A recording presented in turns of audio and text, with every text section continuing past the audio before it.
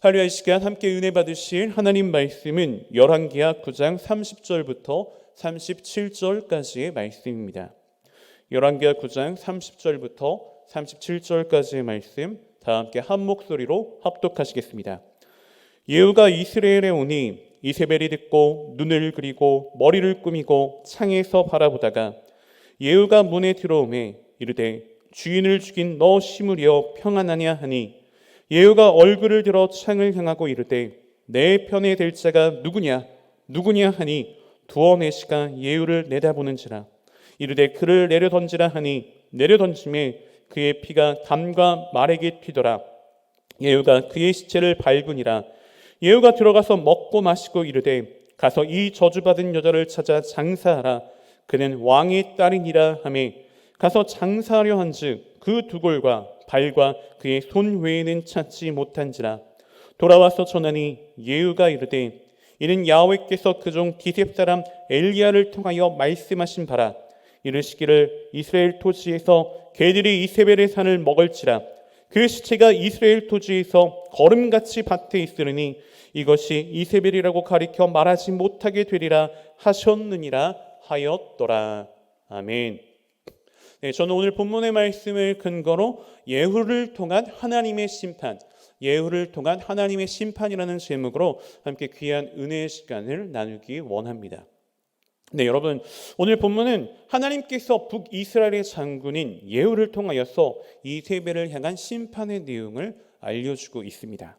네, 본문에 앞선 9장의 앞부분의 내용을 간략하게 살펴보면 엘리사의 제자를 통하여서 예후 장군은 기름 부음을 받게 되고 북이스라엘의 새로운 왕에 이제 오르게 되었습니다. 그 예후는 군 수뇌부에게 이 사실을 알리게 되었고 그들의 지지를 이끌어내어 아합 왕의 가문에 하나님의 심판을 이루는 도구로 쓰임받게 되는 걸 볼 수가 있습니다. 자, 그런데 여러분, 사실 그 전부터 하나님께서는 엘리사의 스승 엘리야 선지자를 통하여서 하사엘과 예후에게 기름을 부어 각각 아람과 이스라엘의 왕으로 삼으라고 지시하셨던 적이 있으셨습니다. 그러면서 그들이 타락한 아합의 집과 북이스라엘을 심판하게 될 것이라고 말씀하셨습니다. 열왕기상 19장 15절에서 17절의 말씀을 보면 야훼께서 그에게 이르시되 너는 내 길을 돌이켜 광야를 통하여 다메섹에 가서 이르거든 하사엘에게 기름을 부어 아람의 왕이 되게 하고 너는 또 님시의 아들 예후에게 기름을 부어 이스라엘의 왕이 되게 하고 또 아벨무올라 사밧의 아들 엘리사에게 기름을 부어 너를 대신하여 선지자가 되게 하라. 하사엘의 칼을 피하는 자를 예후가 죽일 것이요 예후의 칼을 피하는 자를 엘리사가 죽이리라고 말씀해 주는 내용을 확인해 볼 수가 있습니다. 네, 하사엘에 대한 기름 부음은 엘리사를 통하여서 직접 이루어져 하사엘은 베나닷을 죽이고 아람의 왕이 되었고 예후 장군 또한 엘리사가 보낸 제자로부터 북이스라엘 왕으로 이제 기름을 붓게 되었습니다. 자, 그런데 여러분 여기서 예후에게 주어진 왕의 직분은 이방 나라와 같이 백성들을 위해 군림하는 그러한 왕이 아니었습니다. 이 왕은 하나님의 소유된 백성들의 왕이었습니다. 여러분, 사실 다른 민족의 왕들은 백성들을 자기의 소유로 여기고 그 목숨을 살리기도 하고 죽이기도 할 수 있는 절대 군주의 모습이었습니다. 그러나 이스라엘 왕은 이와는 달랐습니다. 백성을 소유하고 자기 마음대로 하는 것이 아니라 하나님의 백성들을 신앙 안에서 잘 보살피는 청지기의 사명을 받은 자였다라는 것입니다. 이렇게 청지기의 사명을 받은 예후는 하나님의 말씀에 따라 하나님의 뜻에 따라 당시 아합 가문의 아들 요단을 처단하고 함께 있던 유다의 왕 아하시야도 함께 처단해 버렸습니다. 그리고 북이스라엘을 죄로 물들게 한 장본인 이세벨을 처단하기 위해 이제 이스라엘이라고 하는 장소로 이동하게 되는 걸 볼 수가 있습니다. 본문 열왕기하 9장 30절의 말씀을 보면 예후가 이스라엘에 오니 이세벨이 듣고 눈을 그리고 머리를 꾸미고 창에서 바라보다가 라고 말씀해 주고 계십니다. 네, 본문 30절을 보면 예후가 이스라엘에 이르렀을 때 이세벨은 도망을 간 게 아니라 화장을 하고 머리를 꾸미고 창에서 예후를 바라보았다라고 말씀해 주고 계십니다. 네, 여러분 이세벨은 아들인 요람왕과 또 남유다의 아하시왕이 예후의 손에 처형되었다는 이 소식을 이미 접하고 아마 불안해하는 그런 상황 가운데 있었을 것입니다. 그러나 이세벨은 정작 예후를 맞이하는 그 자리에서는 화장을 하고 머리를 단장하는 그런 아이러니한 모습을 보여주고 있다라는 것입니다. 그럼 여러분, 왜 이세벨은 예후를 맞으면서 이렇게 화장을 하면서 단장을 하고 있었을까요? 어떤 이는 이세벨의 외모가 워낙이나 출중해서 예후를 유혹하기 위해서라고 말하는 사람도 있습니다. 하지만 당시 이세벨은 이미 손자가 있었던 할머니였기 때문에 그러한 추정은 그다지 설득력이 없게 됩니다. 따라서 이세벨이 화장을 하고 머리를 꾸미고 단장을 한 이유는 태우로서의 자신의 지위와 위엄을 드러냄으로써 반란자 예후의 길을 꺾고 자신의 불안한 심리도 감추려는 숨겨진 의도가 있었다라고 우리가 추론해 볼 수가 있는 것입니다. 계속해서 본문 열왕기하 9장 31절의 말씀을 보면 예후가 문에 들어오매 이르되 주인을 죽인 너 심으려 평안하냐 하니라고 말씀해 주는 내용을 볼 수가 있습니다. 31절을 보면 예후가 문으로 들어오자 이세벨은 예후를 향하여서 주인을 죽인 너 심으려 평안하냐라고 조롱을 하는 걸 볼 수가 있습니다. 즉 이세벨은 예후를 쿠데타를 통해 왕이 되었다가 7일 만에 죽임을 당한 시므리에 비유함으로써 그를 경멸하고 또 나아가 주인을 배반하고 있는 예후의 반란이 지금 예후의 반란이 결국에는 실패로 돌아가게 될 것이라고 악답을 하고 있었다라는 것입니다. 그런데 여러분, 이것은 이세벨의 예후의 반역을 하나님의 심판으로 생각하지 못했던 것을 나타내주는 부분이라고 말할 수가 있습니다. 즉 이세벨은 마지막 자기가 죽는 그 순간까지도 잘못된 자신만의 아집에 사로잡혀 자기 죄에 대해 심판하고 계시는, 책망하고 계시고 심판하고 계시는 하나님의 손길을 조금도 깨닫지 못했다라는 것입니다. 사실 여러분, 하나님을 향해 도전하는 어리석은 자들이 가장 범하기 쉬운 것 중에 하나가 무엇입니까? 바로 자기 아집에 빠져 하나님의 뜻과 하나님의 진리를 발견하지 못한다라는 것입니다. 예수님 당시 유대인들이 그랬죠. 예수님 당시 유대인들은 예수님께서 그들을 구원할 그런 메시아로 오셨지만 예수님을 알지도 못했고 영접하지도 못하였습니다. 결국 예수님을 핍박하고 십자가에 못 박았으며 심지어 예수님께서 십자가에 달려 돌아가실 때에도 많은 유대인들이 죄를 회개하기는커녕 오히려 주님을 조롱하는 그런 모습을 보여주었다라는 것입니다. 그들은 자신들의 아집에 사로잡혀 눈앞에 있는 절대 진리를 깨닫지 못하고 자기들의 세속적인 권익을 위하여서 진리를 외면하는 어리석음을 범하고 말았던 것입니다. 이런 경우는 오늘날 우리가 진리의 말씀을 전하는 그 순간에도 그대로 나타나고 있습니다. 우리가 복음을 선포할 때 세상 사람들은 어떻습니까? 세상 사람들은 우리가 전하는 말씀을 듣지 않으려고 할 때가 참 많습니다. 오히려 우리가 전하는 복음을 거부하며 복음을 전하는 자를 핍박하려고 할 때도 있다는 것입니다. 이렇게 세상의 어리석은 자들은 진리의 말씀이 그들 가운데 찾아온다 할지라도 전혀 깨닫지를 못한다는 것입니다. 그래서 주님께서는 무엇이라고 우리에게 알려주셨습니까? 무엇이라고 말씀하셨죠? 천국의 비밀을 아는 것이 우리에게만 허락되었다라고 말씀해 주시기도 하셨습니다. 마태복음 13장 11절의 말씀을 보면 대답하여 이르시되 천국의 비밀을 아는 것이 너희에게는 허락되었으나 그들에게는 아니 되었나니라고 말씀해 주시는 예수님의 말씀의 내용을 확인해 볼 수가 있는 것입니다. 여러분, 그렇기 때문에 우리는 천국의 비밀을 알게 하신 하나님께 항상 감사를 드릴 수 있어야 하는 것입니다. 우리를 선택해 주신 하나님의 은혜에 항상 감사하는 삶을 사시기 바랍니다. 혹시 하나님을 믿는 믿음으로 인하여서 그 신앙으로 인하여서 고난이 있고 어려움이 있고 핍박이 있다 할지라도 그것에 대해 감사하시기 바랍니다. 왜냐하면 그것이 진리를 알지 못하는 세상의 어리석은 사람들과 우리가 구별되는 그러한 표시이기 때문에 그런 것입니다. 계속해서 본문 열왕기하 9장 32절의 말씀을 살펴보면 예후가 얼굴을 들어 창을 향하고 이르되 내 편이 될 자가 누구냐 하니 두오네시가 예후를 내다보는지라라고 말씀해 주는 내용을 확인해 볼 수가 있습니다. 32절을 보면 예후는 본래 이세벨에게 속했던 자들을 향하여서 내 편이 될 자가 누구냐라고 거듭해서 물어보는 걸 볼 수가 있습니다. 여러분, 같은 편에 섰다는 것은 무엇을 의미하는 것입니까? 무엇을 의미하는 것이죠? 그 사람과 뜻을 같이 하며 행동을 같이 하겠다라는 하나의 약속을 나타내 주는 것입니다.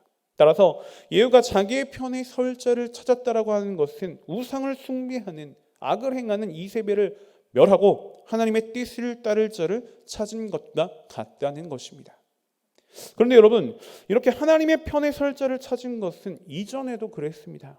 이스라엘 백성이 애굽을 탈출하여 시내산에 머물 때의 일이었죠. 당시 모세는 하나님의 계명을 받기 위하여서 40일간 시내산에서 머물러야만 했습니다.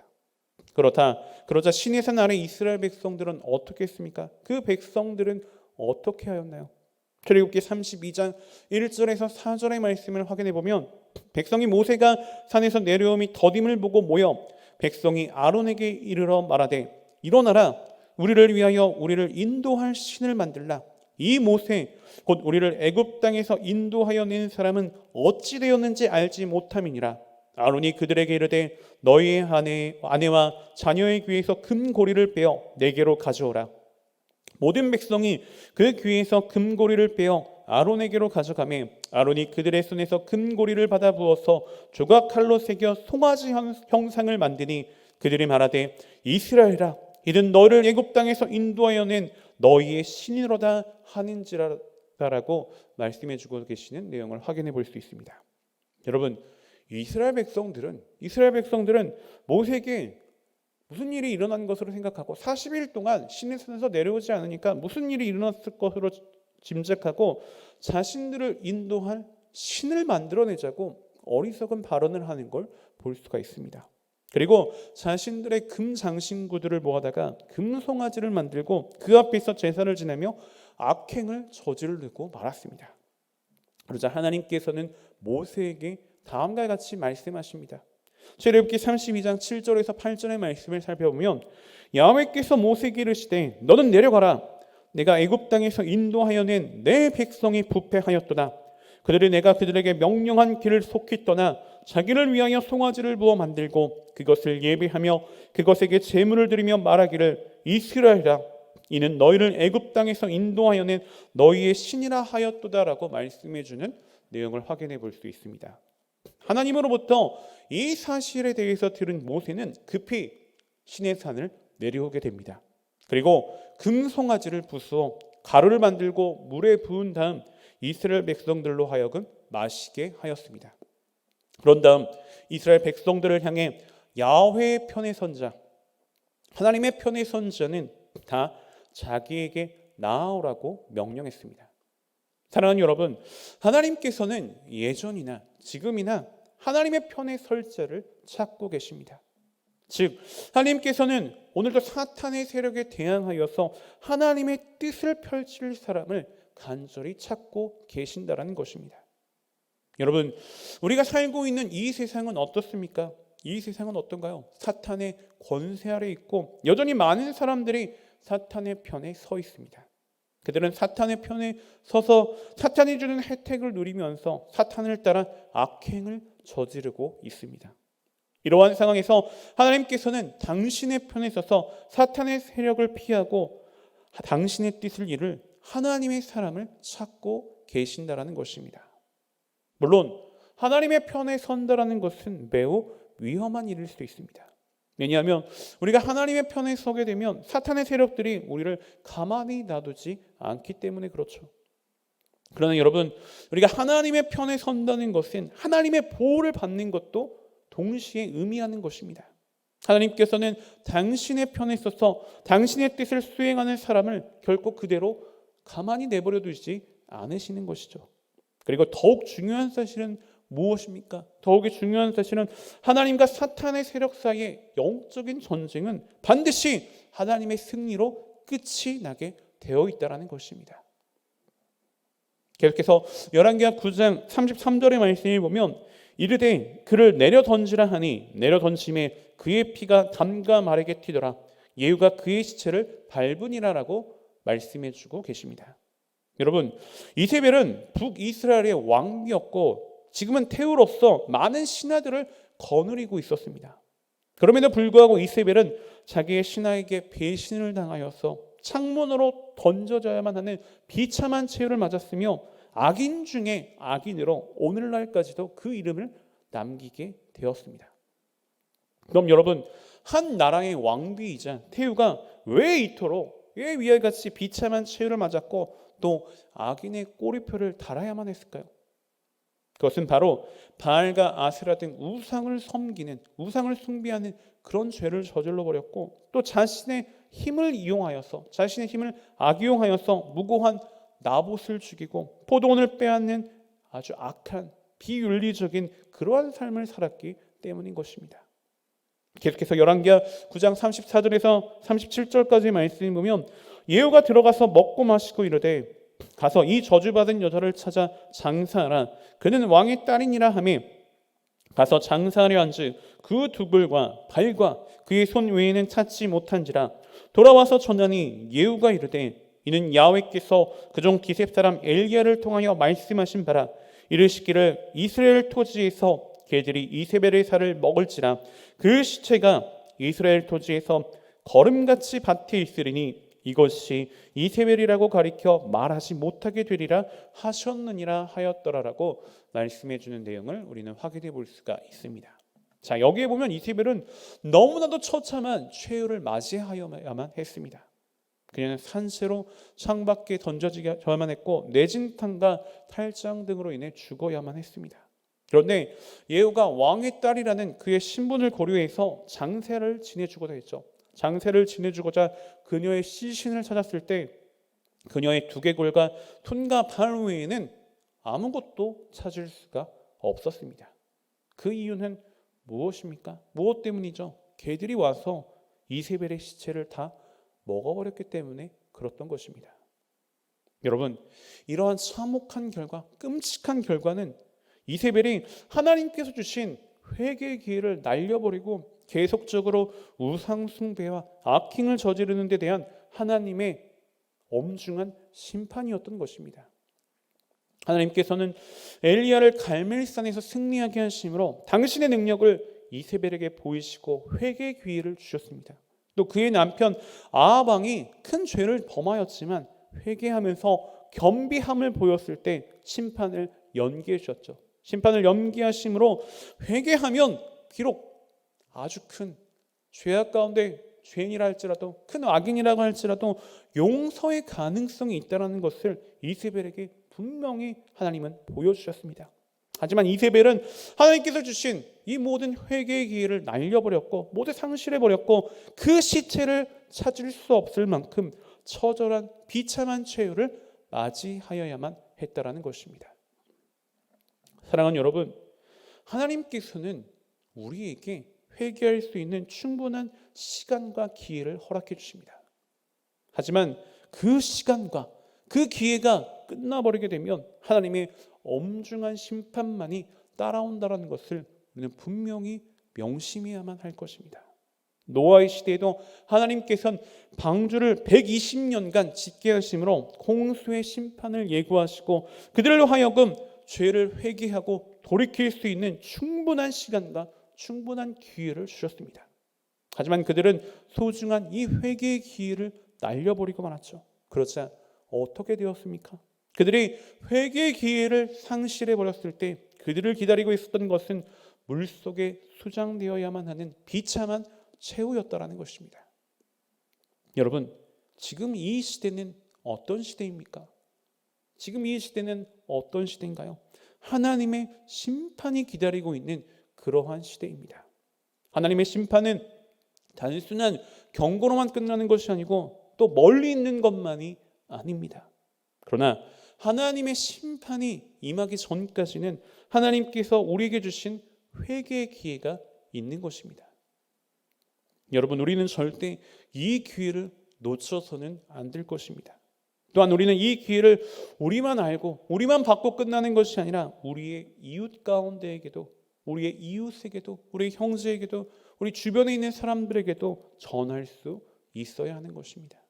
그래서 그들의 심판의 자리에서 건져내는 천하보다 귀한 영혼 구원의 사명을 감당해낼 수 있어야 한다는 것입니다. 마가복음 16장 15절에서 16절의 말씀을 살펴보면 또 이르시되 너희는 온 천하에 다니며 만민에게 복음을 전파하라. 믿고 침례를 받는 사람은 구원을 얻을 것이요 믿지 않는 사람은 정죄를 받으리라라고 말씀해 주고 계십니다. 사랑하는 여러분, 하나님의 예고가 없었다면 누가 이세벨의 최후가 이렇게 끔찍할 것이라고 비참할 것이라고 예상이나 할 수 있었겠습니까? 한 나라의 태운 이세벨이 시신도 제대로 찾지 못할 정도로 비참하게 죽는 것은 누구도 예상하기 어려운 일이었을 것입니다. 그러나 이세벨의 비극적인 비참한 최후는 분명 엘리야를 통하여서 먼저 예고되었고 때가 되매 그대로 이루어졌습니다. 여러분, 우리는 이러한 사실을 통하여서 하나님에 의해 예고된 심판의 비극이 반드시 성취된다라는 것을 명심할 수 있어야 합니다. 오늘날 불신자들은 여전히 하나님의 심판의 예고에 대해 노아 시대의 사람들처럼 전혀 믿지 않고 있습니다.